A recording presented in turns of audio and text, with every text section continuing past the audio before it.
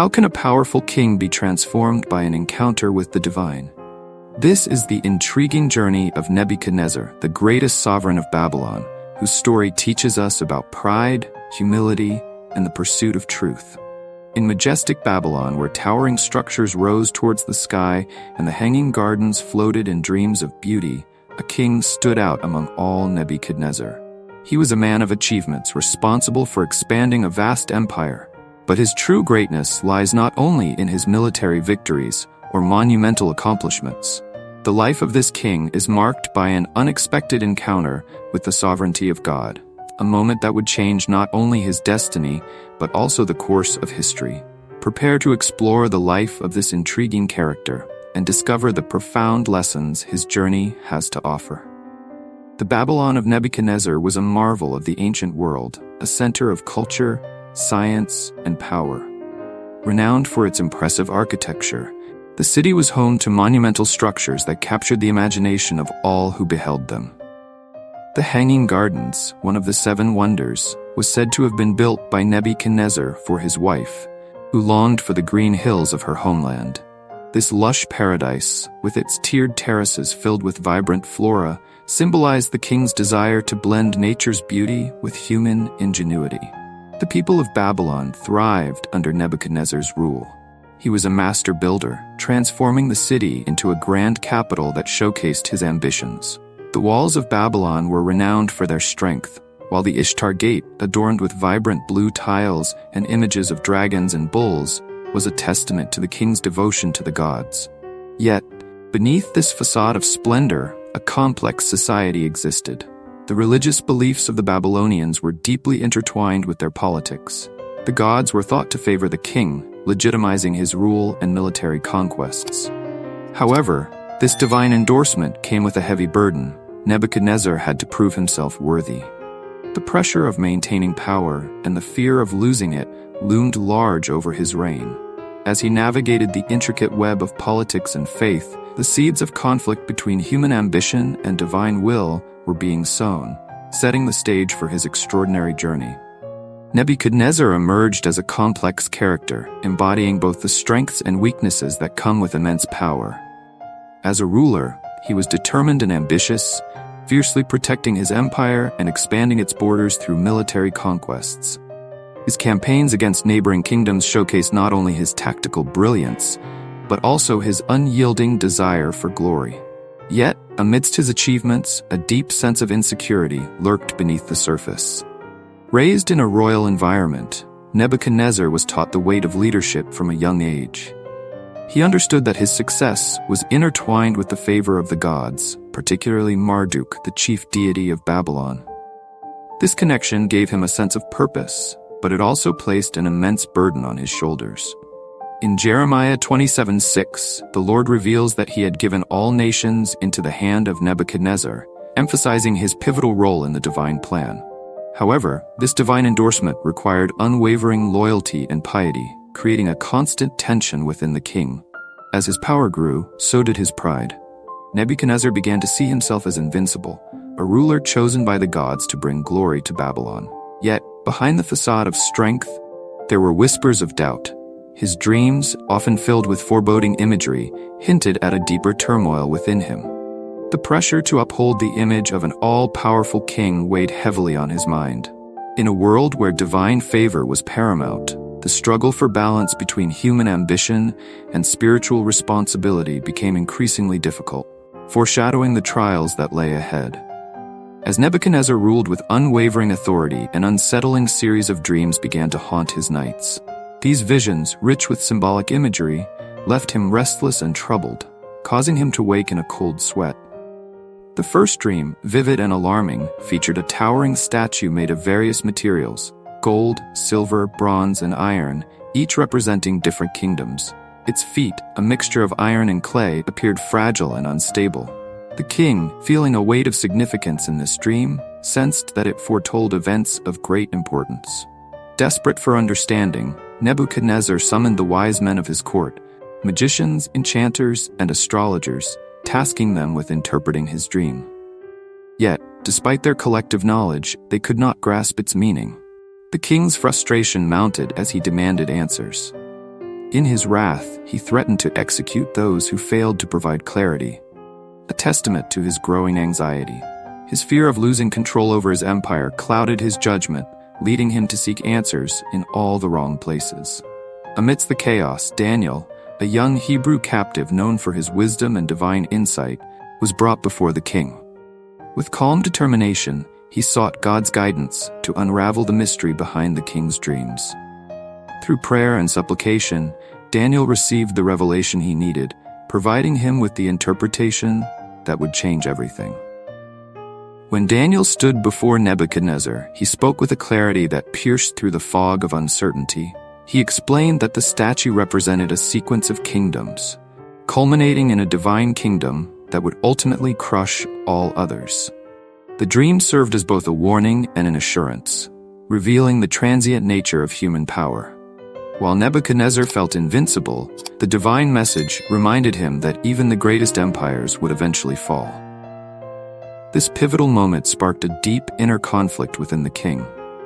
As he grappled with the implications of the dream, he was faced with a choice: to acknowledge the sovereignty of God or to cling to his pride. The weight of this decision would reverberate throughout his reign, setting the stage for a profound transformation. In the wake of the revelation of his dreams, Nebuchadnezzar's sense of invincibility only intensified. Despite Daniel's clear interpretation, the king's pride swelled within him like an uncontainable force. He envisioned himself as the gold head of the statue, representing not just Babylon, but the pinnacle of human achievement. This inflated self-image blinded him to the fragility of his own reign and the reality of divine authority. To assert his dominance, Nebuchadnezzar ordered the construction of a colossal golden statue, a reflection of his own grandeur. Standing tall in the plain of Dura, the statue became a symbol of his unwavering belief in his power and influence. To celebrate this monument, he summoned leaders from across the empire, proclaiming that when the music played, all were to bow and worship the image. It was a display of allegiance that demanded absolute submission, revealing the depths of his arrogance. As the music echoed across the land, the assembled crowd fell to their knees in obedience, all except for 3 brave young men, Shadrach, Meshach, and Abednego. These Hebrew captives, steadfast in their faith, refused to bow to the statue, even in the face of certain death. Their defiance infuriated the king, who was accustomed to unquestioning loyalty. Nebuchadnezzar called for them, demanding an explanation for their rebellion. The 3 men stood before him, resolute in their conviction. They declared that their loyalty lay with the one true God, affirming that they would not worship any image, regardless of the consequences. Their response ignited a fury within the king, who could not comprehend such audacity. In his wrath, he threatened to throw them into a fiery furnace, a punishment designed to instill fear and compliance. As they prepared to face their fate, the young men remained unwavering, proclaiming that their God was capable of saving them from the flames. But even if he chose not to, they would still refuse to serve the king's gods. This moment of profound courage challenged Nebuchadnezzar's authority, forcing him to confront the limits of his power. The furnace was heated 7 times hotter, a final testament to the king's determination to assert his will. In this critical juncture, the seeds of Nebuchadnezzar's downfall were sown, as pride clouded his judgment, leading to a confrontation that would ultimately reveal the power of faith and the futility of human arrogance. As the flames roared, the furnace blazed with an intensity that seemed insatiable. Shadrach, Meshach, and Abednego were bound and thrown into the inferno, their fates sealed by the king's decree. Yet, as the crowd watched in breathless anticipation, a miraculous event unfolded. To the astonishment of all present, instead of the expected cries of agony, a 4th figure appeared alongside the 3 men, walking unharmed within the flames. This figure, radiant and awe-inspiring, was described as looking like a son of the gods. The king, witnessing this divine intervention, was struck by a profound sense of fear and wonder. He approached the furnace, calling out to the men, surprised that they had emerged unscathed. The flames had not harmed them. Their clothes were untouched, and not a hair on their heads was singed. In that moment, Nebuchadnezzar was forced to confront the reality of his own limitations. The very God he had dismissed now stood as a powerful testimony against his pride. he called them out of the furnace, proclaiming the might of their God. This shift in the king's demeanor marked a significant turning point. For the first time, he acknowledged a power greater than his own, expressing a sense of reverence that had previously eluded him. As the three men emerged from the fire, the crowd was filled with awe. The miracle of their survival was not merely an escape from death, it was a powerful demonstration of faith. Their unwavering commitment to God had not only saved them, but also challenged the very foundations of Nebuchadnezzar's authority. In the aftermath, the king decreed that anyone who spoke against the God of Shadrach, Meshach, and Abednego would be punished severely. He recognized that this God was a protector, one who intervened in the lives of his followers in a way that transcended human understanding. This extraordinary encounter in the fiery furnace served as a pivotal lesson for Nebuchadnezzar. It planted the seeds of humility within his heart, awakening a longing to understand the divine purpose behind his dreams and the destiny that awaited him. The journey ahead would demand introspection and courage, forcing him to grapple with the profound implications of faith and divine sovereignty. In the aftermath of the miraculous rescue, Nebuchadnezzar was left in a state of profound reflection. The spectacle of Shadrach, Meshach, and Abednego walking unharmed in the fiery furnace resonated deeply within him, igniting a flicker of humility in a heart previously consumed by pride. Yet, while he publicly acknowledged the power of their God, the internal struggle remained. The king wrestled with the notion that he was merely a vessel in the hands of a greater divine plan. As time passed, Nebuchadnezzar continued to rule, but the weight of his earlier arrogance loomed large. His mind was often occupied with thoughts of the grand dreams that had once troubled him. The message of the statue and its eventual destruction lingered, a reminder that human kingdoms are transient and subject to the will of God. In his mind, he recalled Daniel's interpretation with clarity, yet the lessons of humility had yet to take root. One day, as he walked upon the rooftops of his palace, gazing at the sprawling city he had built, a familiar swell of pride began to rise within him. He marveled at the grandeur of Babylon, proclaiming to himself that it was by his might and wisdom that such a magnificent empire had been established. His voice echoed in the stillness. "Is not this great Babylon, which I have built by my mighty power, and for the glory of my majesty?" But as the words left his lips, a chilling reminder of his previous experiences washed over him. A voice resounded, declaring that the kingdom would be taken from him.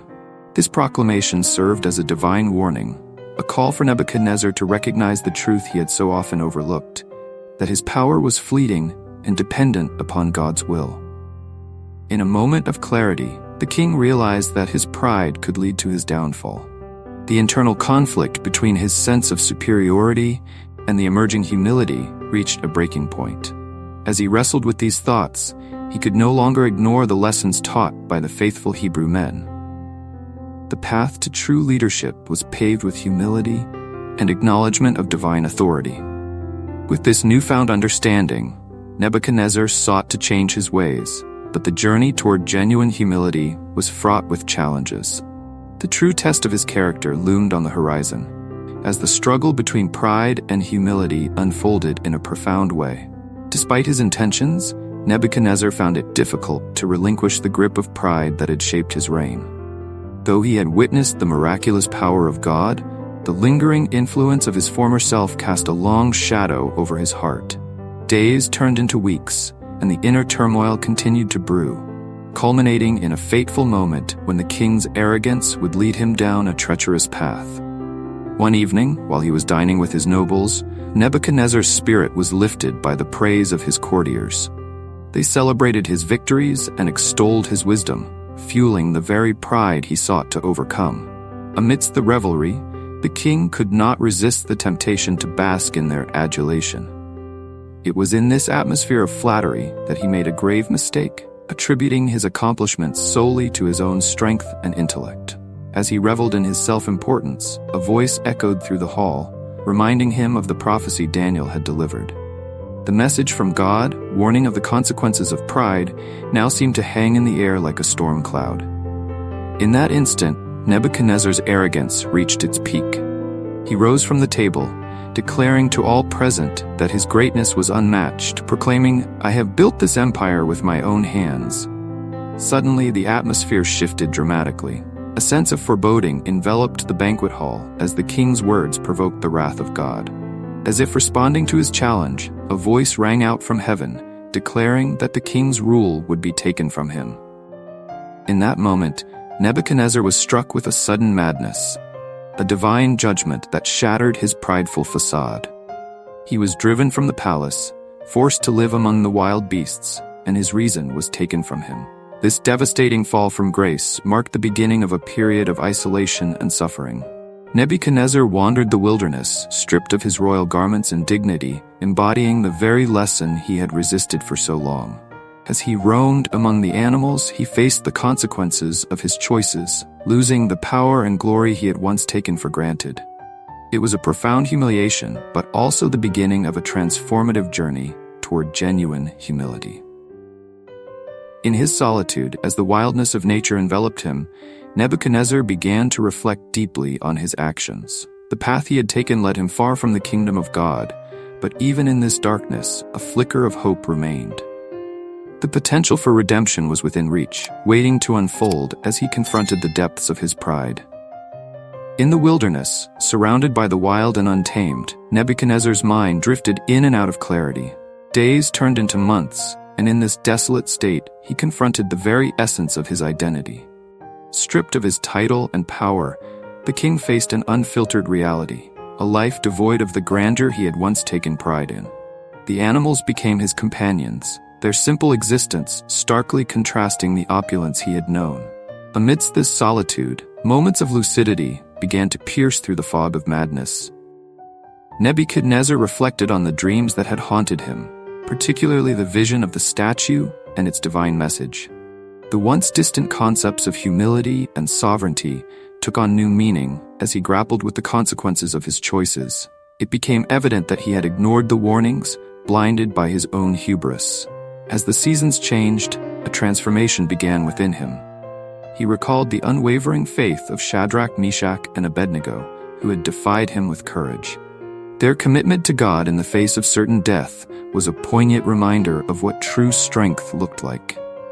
Their fearless stance had ignited something within him, a longing to reconnect with the divine he had once disregarded. One fateful evening, as the sun dipped below the horizon, Nebuchadnezzar looked up at the stars scattered across the night sky. In that moment, the weight of his pride was lifted, and he acknowledged the sovereignty of the true king. He cried out to God, seeking forgiveness and understanding, yearning to restore the relationship he had so carelessly severed. His heart opened to the possibility of redemption, and he felt a deep sense of repentance wash over him. This awakening marked the beginning of his journey back to sanity. The once cursed king now sought to understand the purpose of his trials, recognizing that his suffering was not in vain. In those quiet moments of reflection, he began to reclaim his identity, not as a ruler of Babylon, but as a humble servant of God. The transformation would not happen overnight, but the seeds of change were sown in the fertile ground of his heart. With each passing day, Nebuchadnezzar drew closer to the God who had not abandoned him, even in his darkest hour. The journey ahead would require courage, but he was no longer afraid. He was ready to face whatever lay beyond the wilderness, determined to embrace his newfound humility.